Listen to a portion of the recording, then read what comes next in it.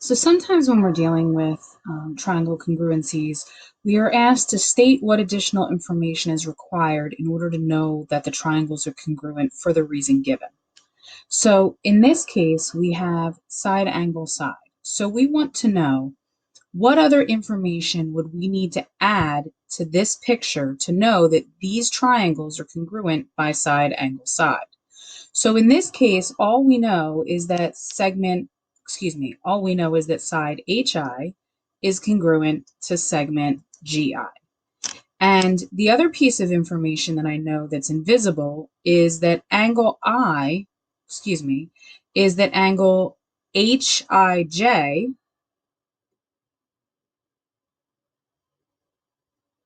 is congruent to angle GIE. And the reason is because they are vertical. This right here is hidden. This isn't extra. We know it's there because these are vertical. So if I'm going to go side angle, I would need this side. So I'm going to mark the picture, and then I would go side angle and this side. And the way that I would state this is that the extra information I need is segment JI needs to be congruent to segment EI. And I want to make sure that I'm going in the same direction. So this is the extra piece of information that I would need. If I look at this example, it's also side angle side.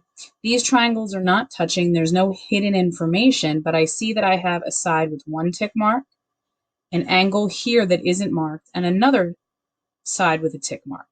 Here I have a segment with one tick mark and another side with two tick marks. So since it's side included angle side, I would need to mark the angle that is included in those sides. And then I would say that angle L is congruent to angle H. If I look at another example here, all right, and I'm looking at side, side, side, that means that I want all three sides congruent.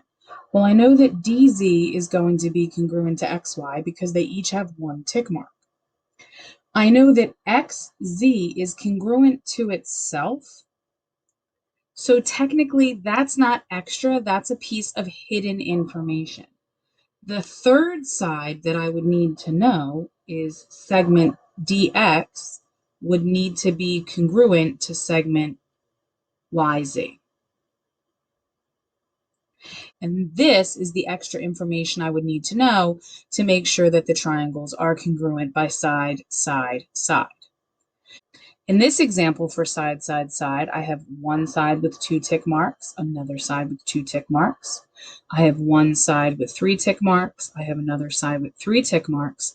These aren't touching. There's nothing hidden. I just need to know that segment RT is congruent to segment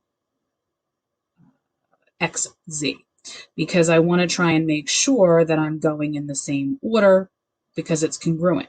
And if I say RT, in my mind, I went two tick marks to three tick marks. So two tick marks to three tick marks would be XZ. And that is how you would solve problems where you need to provide extra information to make the triangles congruent. Always be on the lookout for hidden information like shared sides or shared angles.